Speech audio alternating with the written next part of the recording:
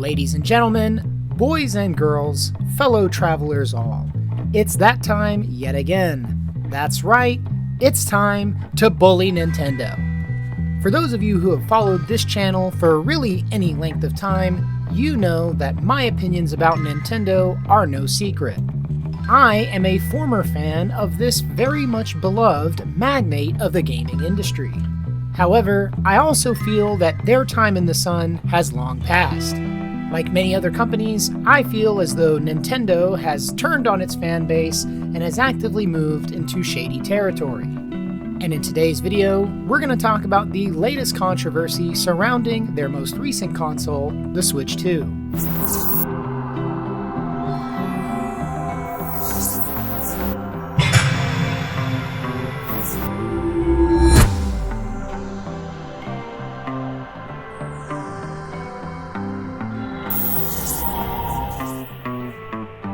Hello fellow travelers and welcome to the Hard Light Network. In all honesty guys, there's no reason why the announcement and release of the Nintendo Switch 2 should have been as controversial as it is. And while there's certainly no shortage of die-hard, loyal Nintendo soldiers out there, many people, such as myself, have been left with a bad taste in their mouth over the handling of the release of this console.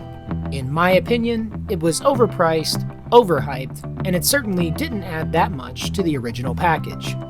And while it's certainly true that Nintendo has been engaged in its fair share of money printing schemes ever since the days of the Wii, it was certainly more forgivable back when the industry as a whole was in a healthier state.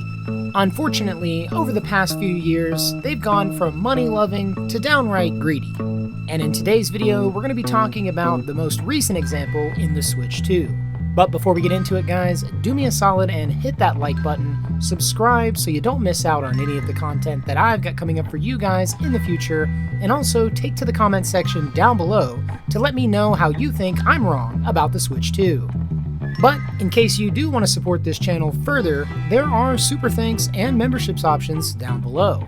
Feel free to join the channel today for access to exclusive content and perks that you can't get anywhere else. But without any further ado, let's get into today's video. Today's coverage comes to us from ScreenRant.com in an article entitled, Activist Group Calls for Major Switch 2 Boycott. Activist group Gaming Consumer Rights has launched a website urging people to boycott Nintendo in response to its poor marketing practices surrounding the Nintendo Switch 2. The website is intended to educate consumers about the Switch 2 and what the GCR claims to be malicious marketing practices by Nintendo to trick and scare fans into purchasing an overpriced console and, quote, repackaged $80 Switch 1 games. The GCR's new website points an accusatory finger at Nintendo for using misleading marketing and artificially creating the illusion of scarcity. The GCR claims that Nintendo is manipulating gamers into buying a new console that actually has a far lower value, unnaturally hiking prices for the console, its games, and potential repairs down the line. The website states that, quote, it's time we switch to a new gaming platform, and urges visitors not to support Nintendo by taking their purchasing power to other options. The mission statement of the Gaming Consumer Rights Group is straightforward. Quote, Gaming Consumer Rights wants to correct the corruption in video games that has pushed AAA towards greed and bloat. Gaming should be accessible and fun for everybody, regardless of their budget, country, or lifestyle. The GCR has its sights set on Nintendo and the still relatively new Switch 2, accusing Nintendo of artificially creating the illusion of a shortage to give buying the console a false sense of urgency. The group boldly claims in a press release that the console, quote, deserves harsh criticism for its role in hijacking prices, threatening physical media, controlling digital activity, creating purposefully obsolescent hardware, and illegally bricking consoles. In-person protests are planned for the upcoming New York Comic-Con and the Game Awards. The updated website includes information and sources regarding the prices, specs, and ownership rights of Nintendo Switch 2 users. It also lists several alternative consoles from smaller brands and educates gamers on how to support the group's mission and drive change in the industry. The gaming consumer rights movement firmly believes that if enough consumers are loud enough in their protests, they can shape the future and economics of the video game industry. The The site's FAQ points out that gamer outcry has already seen some effects, citing the price drop for Borderlands 4 and The Outer Worlds 2. The site also mentions countrywide efforts to combat potentially manipulative behavior by large gaming companies. This includes a lawsuit in Brazil over EULA's ability to brick consoles and UK Amazon's physical game keycard discounts, potentially meant to encourage physical ownership. The website also points to Hollow Knight, Silksong, as, quote, generating criticism towards AAA games, thanks to the incredibly popular game's low $20 price tag. The gaming consumer rights group seems set to disrupt the games industry by calling out companies like Nintendo for what the group sees as exploitative practices surrounding the Nintendo Switch 2. Listen guys, at the risk of sounding like a broken record and retreading old ground, I think it's important that we readdress these arguments, because the usual suspects are still out here defending Nintendo's bad practices. As a refresher, the grounds for boycotting the Switch 2 are solid. Nintendo's updated EULA states that you can't use certain third-party equipment with your own console. When you buy a console, you don't own it, because Nintendo can brick that console at any time for any reason. Emulate a game? Bricked. Mod your console with unapproved third-party equipment? Bricked. Be a little too mean on some games' online features? Bricked. Why on earth would anyone spend $500 on a console that carries with it the risk of remote deactivation? Sure, while playing online on my PC, I can certainly be banned if I run afoul of the developer's online code of conduct, but they can't simply shut down my entire PC arbitrarily and unilaterally. It's my PC. I bought it, I own it, I can customize it as I like. What if I want to play an older version of a title without having to resort to paying an online subscription just to access a game at full price?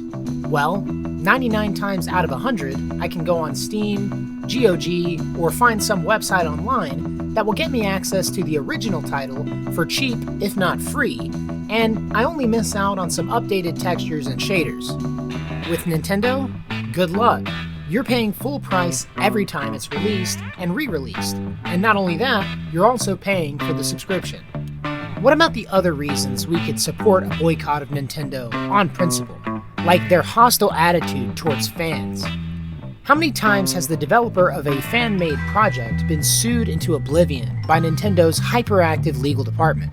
What about their active attempts to crush competition, like their active lawsuit against Pocket Pair for the development of Palworld? And what about their attempts at forcing online-only connection with their console through malicious firmware and forced updates? At the end of the day, when you get down into the details, the malicious marketing strategies and price gouging are really only a fraction of the actual issues. Nintendo as a whole has become a greedy corpo monster that is actively damaging the entire games industry with their practices. And it honestly shouldn't matter how much of a Legend of Zelda or Mario Kart fanboy or girl that you are, because like I said, again, this is actively damaging the entire industry. The formation of groups like GCR aren't just welcome additions, they're actively necessary for the preservation of games, as well as the protection of our customer rights. And honestly, they're 100% right. If gamers were just a little bit more scrupulous about how they spent their money, which doesn't mean not paying for games, but just adjusting your purchasing strategies, we could absolutely have a major effect on the industry in a positive way. No gamer wants to see the end of the games industry. No gamer wants to see the end of Nintendo. But what we do want are protections for our customer rights, as well as preserving the quality of products moving forward. We want less half-baked, crap games shoved at us for $80 a pop. We want more bang for our buck and a new golden age for gaming and game development.